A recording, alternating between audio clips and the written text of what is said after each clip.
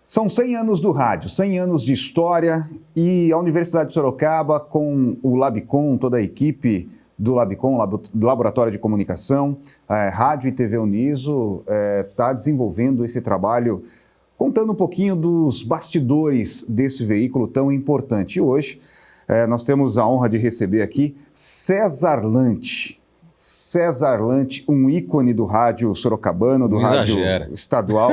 É muito bacana ter você aqui para contar um pouquinho das histórias, Cezão. Histórias que você viveu no rádio, mas histórias que o rádio não contou.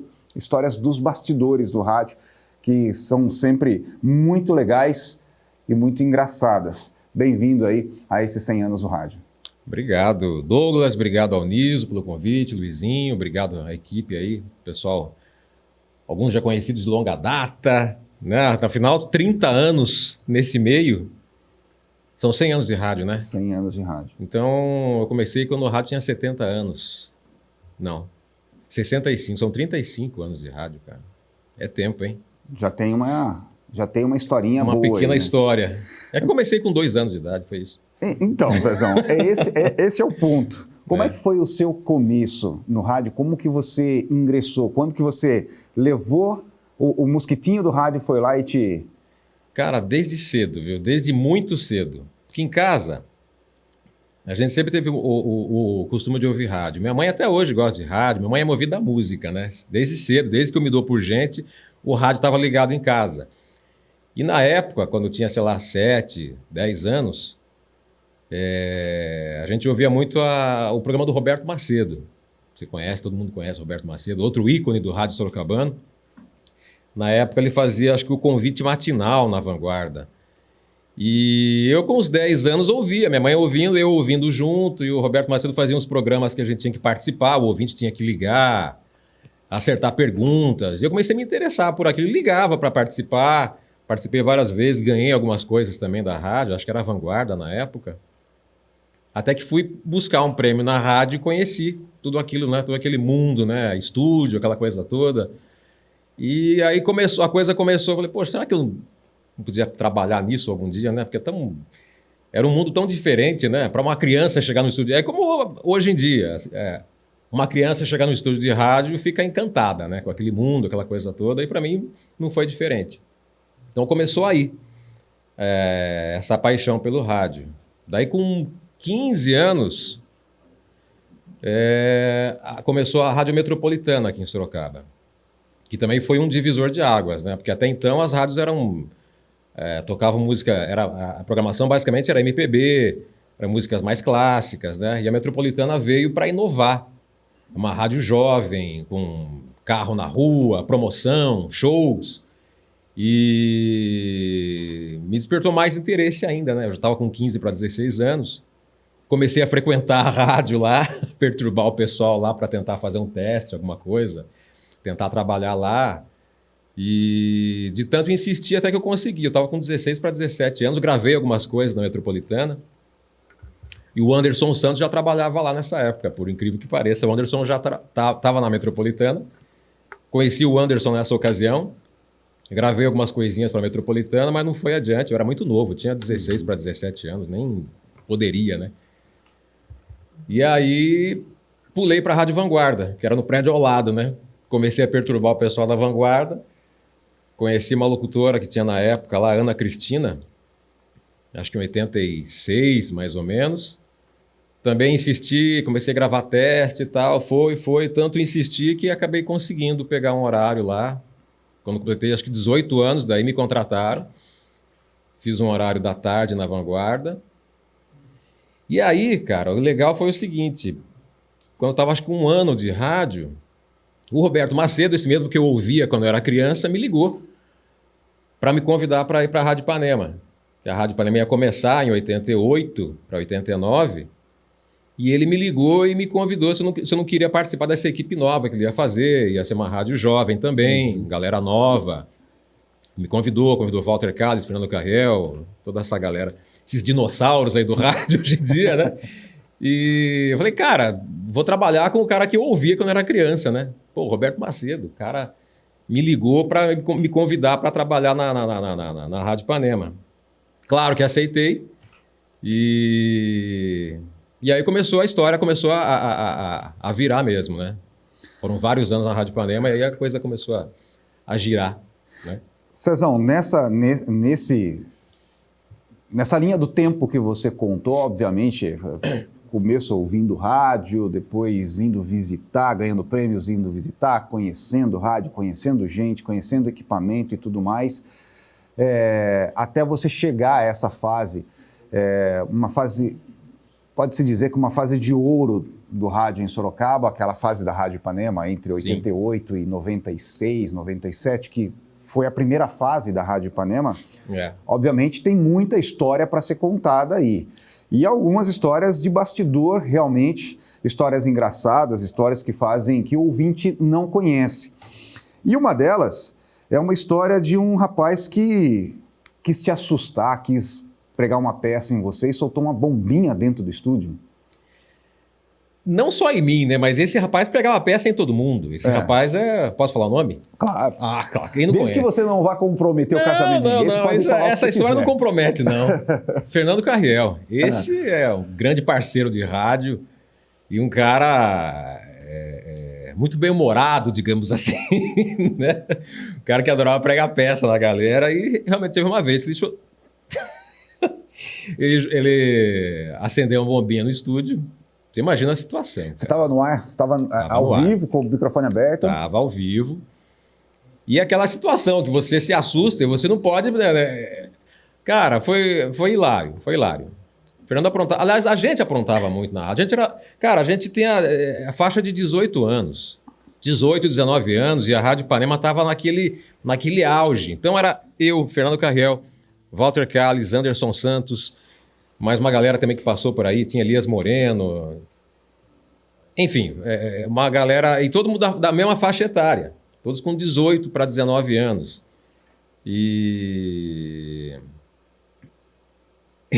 Então tem tanta história para lembrar que e a gente aprontava muito. Teve essa da bombinha, teve extintor de incêndio ligado no estúdio para assustar também.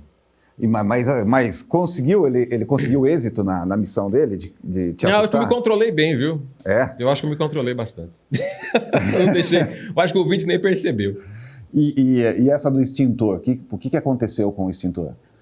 Cara, é molecagem, isso é pura molecagem, né? Isso foi para assustar o guarda noturno da rádio, olha só isso, coitado.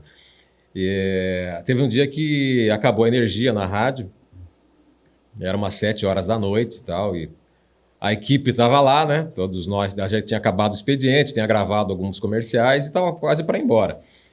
E o guarda tinha acabado de chegar, o guarda noturno tinha acabado de chegar na rádio. E acabou a energia, a gente estava por lá.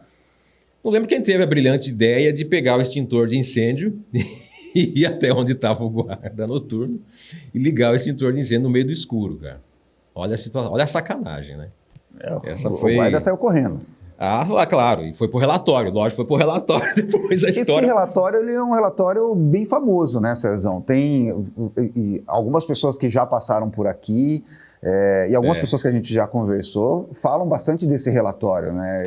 Esse guarda, sim. Ele era relatador ele relatava tudo. Acho que foi por isso até que o pessoal resolveu aprontar essa do extintor de incêndio, mas molecada. Você foi muito relatado nesse? Esse? Sim. E aí, o que é? Conta!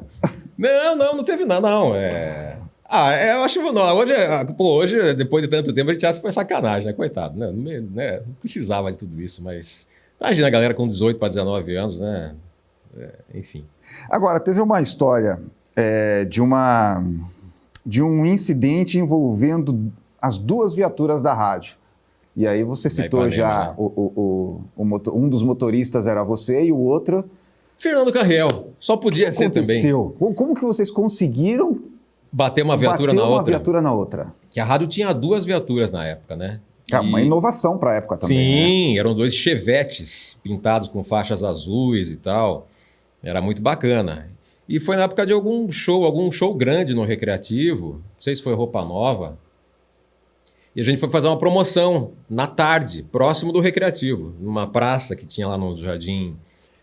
Como é que chama o bairro do Recreativo? Guadalajara? Guadalajara. E a gente levou as 2 viaturas, né, para fazer uma presença, tal, distribuir adesivos e tal. E aí, na hora de ir embora, o Fernando estava na frente? Acho que foi. O Fernando estava com a viatura na frente, eu estava indo com a viatura atrás. Chegou numa esquina, o Fernando deu partida no carro, e aí já chegou um ouvinte para pedir adesivo. E ele freou bruscamente o carro, e eu estava atrás, não percebi, e chapei na traseira. Deu um estrago, mais ou menos, nas 2 viaturas, né? E a reprimenda? Ah, sim. Não tivemos que pagar, mas teve um gancho na época, não me lembro direito. Mas... Essas histórias de shows, César, são longas, né? Tem muita coisa. Ninguém, o fã de bandas, de duplas e tudo mais, o fã do artista não sabe o que acontece nos bastidores para uma equipe de rádio chegar a apresentar um show. Uhum. E, de repente, em uma delas, locutores vêm chuvas de latas. Nós tivemos aqui o Carlinhos Caju contando, né, a chuva de latas que teve no Recreativo. Tem locutor que cai do palco. E tem um locutor que levou uma pedrada num show de uma grande banda de rock nacional. Uma banda que é uma pedrada do rock, né? Banda Titãs. Foi em 90 e alguma coisa isso. Eu me lembro bem. Estava eu e Anderson Santos nessa ocasião, e a gente foi fazer cobertura do show dos Titãs no Recreativo. Cheguei com o Anderson Santos, com o carro da rádio, parei na portaria, o Anderson entrou, já estava quase na hora do show, e eu fui para a parte do fundo do Recreativo para fazer um flash, tentar entrar pelo camarim para conversar com a banda. Entrei com o flash ao vivo. Enquanto estava fazendo a transmissão, cara, recebi uma pedrada na cabeça, não sei de onde que veio, porque não tinha ninguém, foi na parte dos fundos do Recreativo, não tinha ninguém assim à vista, tinha um muro próximo, deve ter vindo do lado de fora, sei lá, e me pegou. Eu senti aquele negócio, continuei fazendo a transmissão, só que de repente começou a escorrer sangue, né? Caramba! Eu senti o sangue escorrendo no pescoço, começou a lavar minha camiseta amarela da rádio na época. E comecei a ficar meio mal, passar mal. Encerrei o flash, falei, preciso procurar o Anderson agora para ele me levar de volta para a rádio ou para um hospital, sei lá, o que seja, né? Cheguei no clube cheio, na época não existia celular, ninguém tinha celular. Uhum. Tentei ver se achava o Anderson lá, tinha se misturado na multidão. Falei, o que eu vou fazer agora?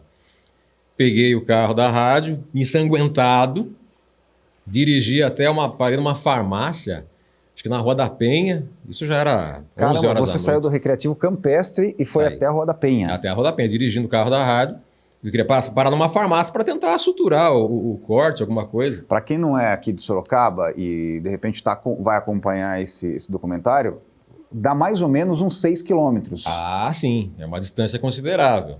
Parei numa farmácia, o cara viu o local da pedrada e falou, você vai ter que ir para um hospital, vai ter que dar uns pontos aí para suturar. Aí fui até a rádio, deixei o carro da rádio, peguei o meu carro, fui para casa, meus pais estavam dormindo já. Aí acordo meu pai com aquela camiseta ensanguentada, imagine o susto que ele levou, né? Coitado.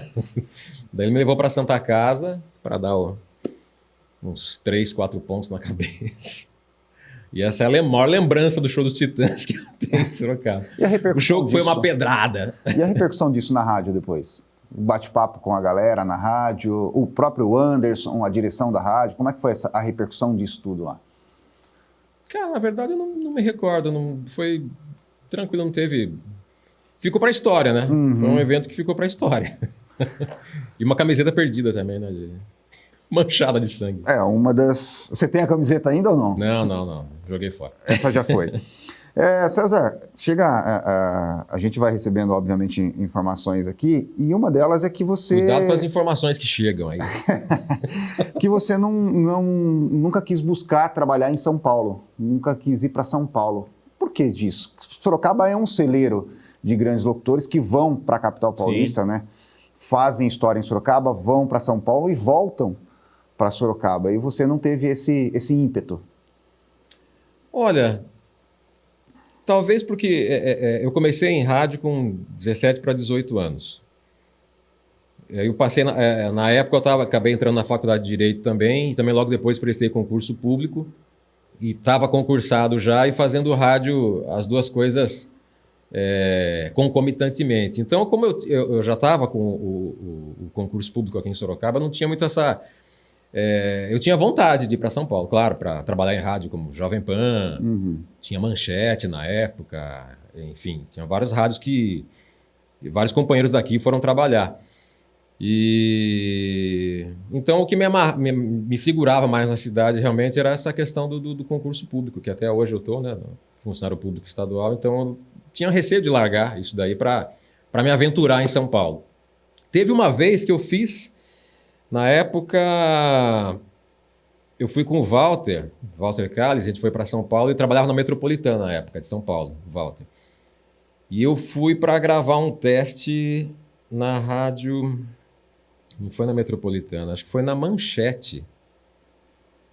Rádio Manchete que tinha em São Paulo. Hoje também já não existe mais. Fiz o teste. Na época, o coordenador da rádio, eu me lembrei que ele era marido da Sônia Abrão. Era o Damião. E o cara gostou do meu teste. Passou uma semana e me ligou em casa. Se eu não queria ir para São Paulo para assumir um horário e tal. Putz, imagine a minha situação. Fiquei... na dúvida, pensando, ele falou, cara, eu preciso de uma resposta em 2 dias no máximo, né? Você vir para cá. Pensei bastante. Cara, mas na hora me aconteceu de não ir. Falei, eu não vou, porque não vou largar o certo do duvidoso. Fiquei muito tentado para ir. E acabei não indo. Mas você vê que tem coisas que são do destino mesmo, né? E depois, cerca de uns 3 meses depois... a rádio mudou totalmente a direção, mudou a linha da Rádio Manchete de São Paulo e a equipe que tinha sido contratada foi dispensada. Aí eu pensei, olha, se eu tivesse entrado nessa, eu estava lascado, tinha entrado numa roubada. Estava literalmente na roça. Estava literalmente na roça. Então, graças a Deus que eu não fui, continuei aqui em Sorocaba. E nessa fase, você falou da faculdade, cursou Direito, trabalha no Ministério Público aqui em Sorocaba. Foi uma época em que a rádio que você trabalhava pagava a faculdade, te dava o benefício de estudar os locutores. E aí aconteciam alguns entreveros aí com recibos, né? Demorava-se para entregar esses recibos, como é que é? O pessoal ligava para você cobrando... Essa história, o Walter Calles se lembra muito bem. Deve estar chegando, o Walter Calles deve estar chegando por aí, né? Ele não vai participar junto dessa conversa aqui não, né? Não, dessa aqui... vai sair muita... Bom, enfim. A Rádio Ipanema, na época, no começo, né, da Rádio Ipanema, não só para mim, mas todos os locutores, a equipe que fazia faculdade, a rádio pagava os cursos, né? Inclusive o meu da Faculdade de Direito, durante acho que uns 3 anos do curso, foi custeado pela Rádio Ipanema. E a única obrigação que a gente tinha, os meninos da Rádio Ipanema, era levar o recibo, né, para o departamento pessoal, para a Filomena, no caso, que era a gerente desse departamento. E a gente acabava esquecendo. Todo mês tinha cobrança. Eles não vão trazer o recibo e tal, papapá. E teve uma ocasião que ela chamou, acho que eu e o Walter, para conversar. Falou, olha, poxa, vocês já são... Ela teve uma conversa séria com a gente que deixou a gente lá embaixo. Vocês já são homens, né? Vocês têm que ter responsabilidade. A rádio paga a faculdade para vocês. Custa vocês trazerem o recibo na data que a gente pede e tal. Enfim, né? Essa lição ficou até hoje, cara. Hoje você não esquece mais recibo? Não, não mais. Foi uma broma. A Filomena é uma pessoa muito doce, né? Mas ela foi uma doçura enérgica nessa situação que deixou a gente... Nossa, aqui acabou... Tanto que virou história até hoje essa situação aí, dessa bronca que a gente levou. Uma das companheiras, das suas companheiras, das nossas companheiras do rádio é Mari Maia. Isso. E a Mari Maia tem algumas histórias que são bem legais também, que envolvem a Mari Maia. A Mari Maia que é a esposa do Murilo Júnior, que trabalha diretor da Band São Paulo e tudo mais. E você trabalhou diretamente, você e essa velha guarda trabalharam diretamente com a Mari. Tem histórias para contar da Mari? A Mari vai contar a história sua aqui também, hein? Histórias de Mari Maia. Mari conheceu o Murilo na época da Rádio Ipanema. Foi relatada também? Ah, fez parte do relatório também. Fez parte do relatório? Fez parte do relatório desse nosso amigo aí. Mas teve uma história das levinhas, né? Se for começar a entregar o pessoal, não dá certo, né? A gente, né? Pode ter certeza, César, que o pessoal vai te entregar também. Ah, vai? Ah, com certeza. Ah, tá certo. Teve uma situação que a Mari, a gente estava fazendo, acho que um horário. Será que era algum programa informativo que a gente fazia junto? Era ela, o Anderson e eu, uma coisa assim. E a Mari queria espirrar. E ela estava segurando o espirro, né, no programa ao vivo. Daí ela falou, ai, dá um tempinho que eu vou espirrar, eu tô passando mal. Mas me ocorreu agora. Foi um... Espirrou? Espirrou. No ar? Espirrou. E aí vocês seguraram riso, seguraram tudo? Segurar riso é um problema às vezes, viu, Douglas? Segurar riso... Não, a gente segurou. Em uma dessas aí de segurar riso, o jornal, você apresentou o Jornal Ipanema com o Maurício Babu. E houve uma situação de que acabaram tomando um gancho. Essa foi. Conta aí, como é que foi isso? Como é que Eu isso e Maurício aconteceu? Moreira, Babu, grande Babu. A gente fazia parte da equipe de locutores, da parte artística, não da parte do jornal. Eu não lembro por que razão, foi um sábado de manhã que faltou um dos locutores ou os dois locutores do jornal tiveram algum tipo de problema que a gente foi escalado para apresentar o jornal num sábado de manhã, eu e o Maurício. E não tínhamos experiência nenhuma nessa parte jornalística, né?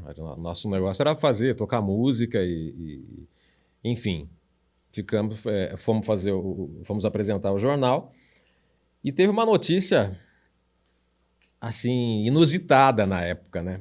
Claro, não tinha nada de... É aquela coisa que na hora foi engraçado, na hora que você não pode rir, é aí que dá vontade de dar risada mesmo. Era uma notícia que falava sobre um prefeito de uma cidade do interior que estava tendo um problema com mendigos da cidade, pedintes e tal.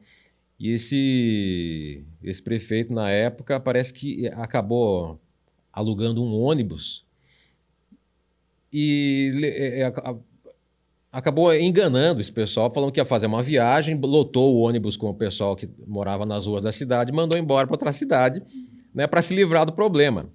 E a pauta estava escrita de uma maneira que acabava, vamos dizer assim... Ah, cara, eu e o Maurício a gente não aguentou, a gente começou a dar risada, né? Começou a terminar a notícia rindo.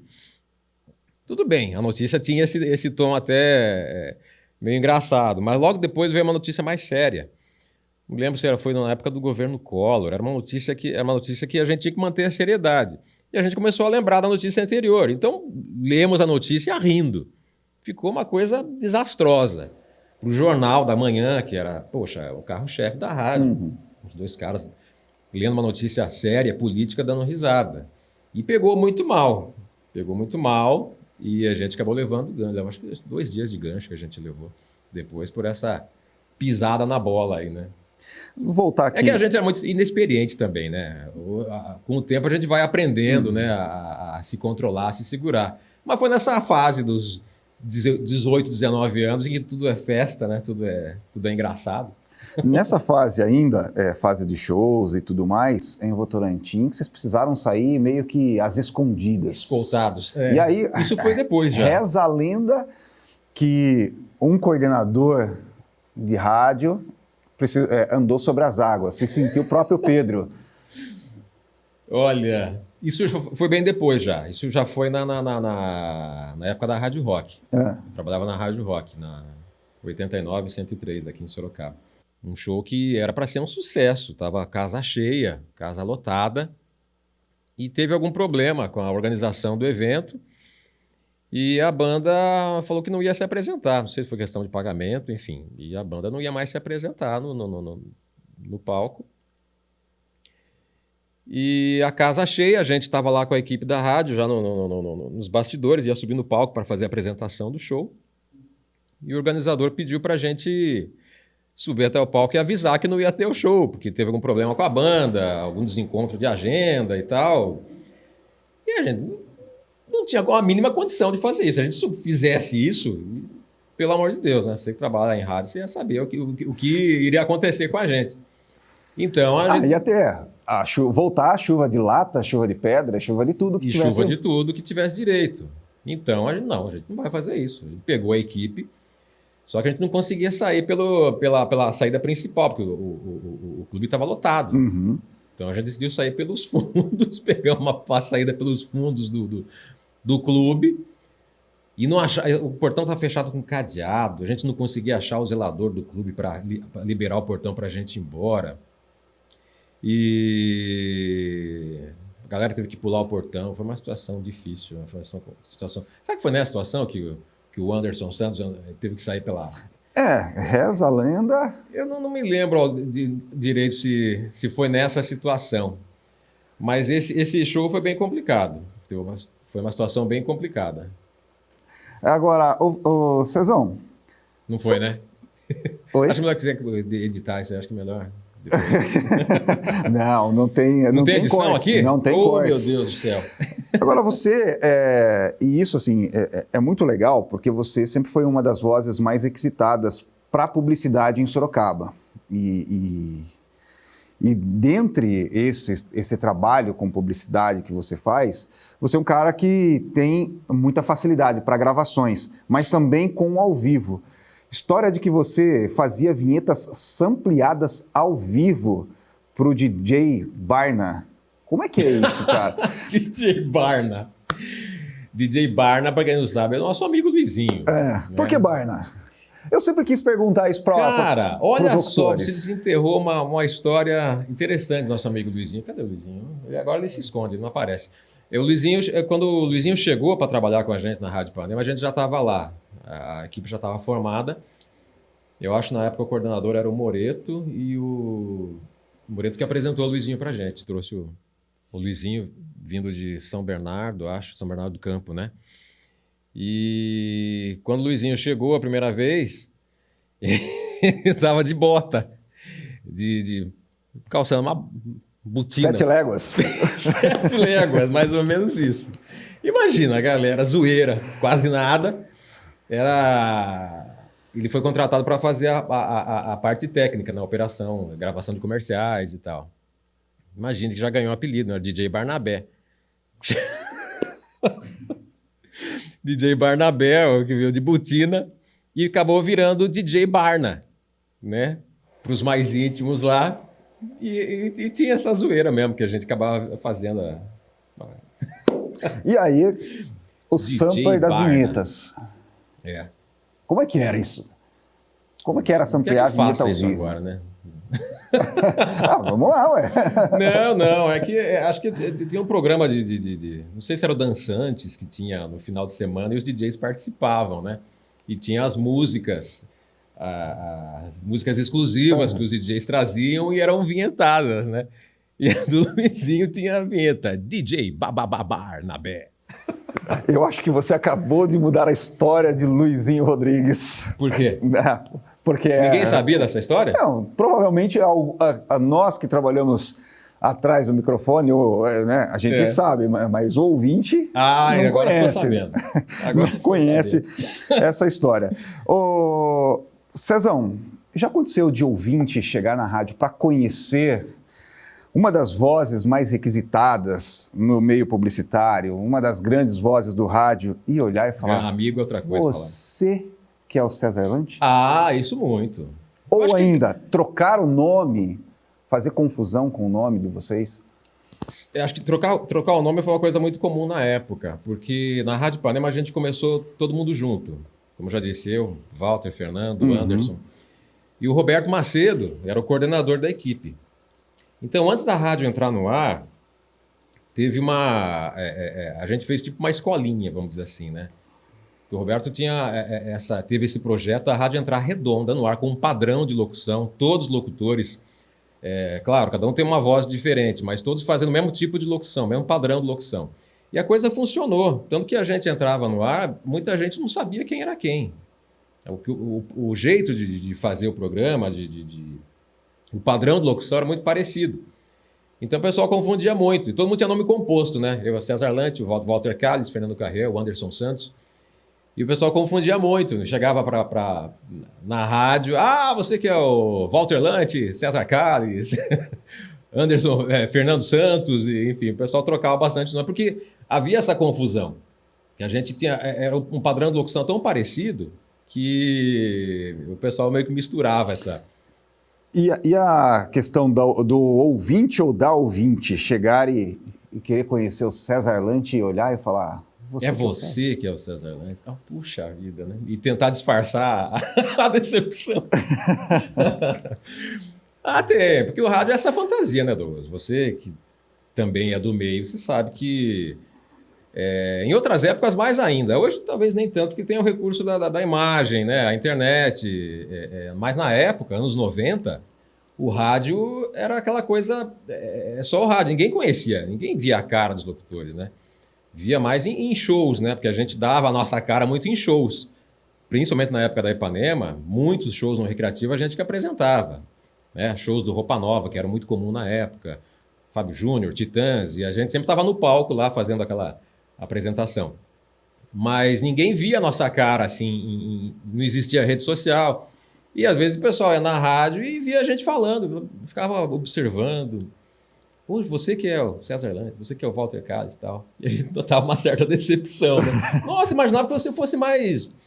Se fosse maior, né? Que fosse, né, bigodudo, sei lá o quê. E tinha um pouco dessa desilusão, né? Porque o rádio, a pessoa fantasia, né? Ouvindo a voz do locutor, tem aquela... muitos fazem aquela imagem que às vezes não corresponde muito com a verdade, né? Cezão, o rádio, desde que você começou nesses 35 anos de rádio, mudou bastante. Quais foram as mudanças que você acompanhou do rádio nesses últimos 30 anos? Mudou bastante, principalmente nos últimos tempos, né? Acho que na última década, né, vamos dizer assim, eu acho que teve uma mudança muito acelerada, muito rápida, né? Porque quando eu comecei a trabalhar em rádio, começo dos anos 90, final dos anos 80, era uma outra realidade totalmente diferente. Você é da época ainda da pilha de cartucho? De cartucho e toca-disco, né? Picape, né? Você tinha que... geralmente a configuração dos estúdios eram 2 picapes, né? 2 toca-discos, que a gente acertava... Olha só a nostalgia. A gente acertava o disco na mão. Botava a agulha no começo da faixa, ia, voltava, para achar o ponto certo, na hora de disparar, para não ter branco, né? Enfim, era um trabalho bem manual na época. Era super difícil você coordenar tudo isso, você falar, você operar, você acertar o disco. Na hora dos comerciais eram os cartuchos, né? Que pareciam fitas cassete, né? Hoje já virou peça de museu, né? Mas a gente tinha que colocar... Cada comercial era um cartucho, tinha que ficar atento o tempo todo. Era uma dificuldade.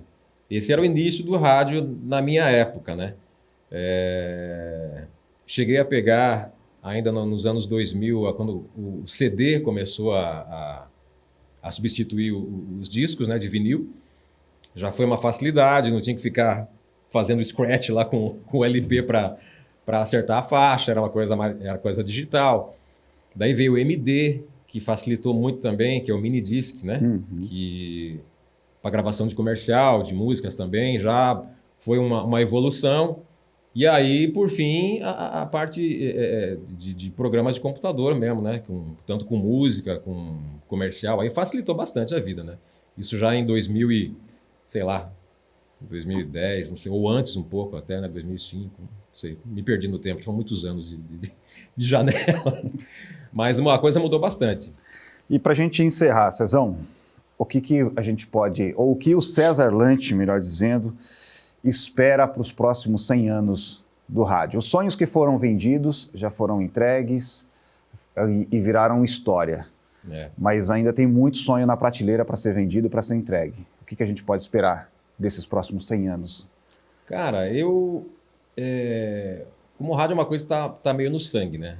Eu já parei e voltei várias vezes, né? Teve pausas, teve voltas, agora está numa pausa de novo. mas a gente nunca se desliga do rádio, né? Eu cheguei a pensar uma certa época que o rádio, quando começou a coisa da internet, todo mundo comentava na época que acho que o rádio ia morrer, né? Que ou o rádio se reinventava ou ele ia acabar perdendo espaço para a rede social, para player de música, enfim. Mas eu tô vendo que não, né? Eu tô observando que o rádio ainda não, o rádio tem muito o rádio está evoluindo junto com a rede social. Tanto que as coisas caminham juntas hoje, né? O rádio ainda guarda um pouco daquela magia da época, né? Da minha época dos anos 90, 2000. E eu acho que o rádio vai sobreviver. Felizmente, eu acho que o rádio vai sobreviver, sim. A gente tinha um certo receio de que isso fosse ficar para trás, mas o rádio sobrevive, o rádio se reinventa. E eu acho que nos próximos 100 anos ele vai se reinventar, sim, né? Ainda essa magia do rádio ainda vai durar por muito tempo. Assim espero. Né? E você espera voltar para essa magia em breve? Ah, sim, a gente tá sempre... com saudade, a garganta tá coçando já? Ah, a garganta tá coçando, né? A gente tá dando uma pausa agora, mas o rádio não sai... Porque é uma coisa que me acompanha desde, como eu contei, é uma coisa desde criança, né? Então, rádio, música, né? Isso acaba não sai da gente, né? Então, quem sabe aí. Cezão, Universidade de Sorocaba, a equipe do Labicom só pode agradecer realmente a sua participação aqui, os depoimentos que você contou, melhor dizendo, né, sobre... Foi só uma pequena amostra, uma pequena parte das histórias, porque exatamente. A gente não pode entregar aos amigos, né? Ah, é? Então a gente e assim espero também que os próximos convidados também não sejam tão sinceros assim. Mas a gente só pode realmente agradecer e, obviamente, você fez parte, né, dessa história dos 100 anos da primeira transmissão do rádio no Brasil e, por que não, aqui em Sorocaba. Não conheci foi o Roquete Pinto, né? Não conheci o Roquete Pinto. Não chegou a conhecer ele? Não. Acho que foi um pouco antes da minha entrada no rádio. Cezão, obrigado e até uma próxima, Douglas. Com certeza. Obrigado, Onísio. Obrigado, galera. Valeu. Até uma próxima. Então é isso, estamos fechando, então, encerrando mais esse bate-papo com César Lante. Ele que tem 35 anos de estrada no rádio sorocabano, contando um pouquinho das suas histórias aqui nos 100 anos do rádio, 100 anos das histórias que o rádio não contou. Obrigado, Cezão. A Universidade de Sorocaba agradece mais uma vez. Obrigado.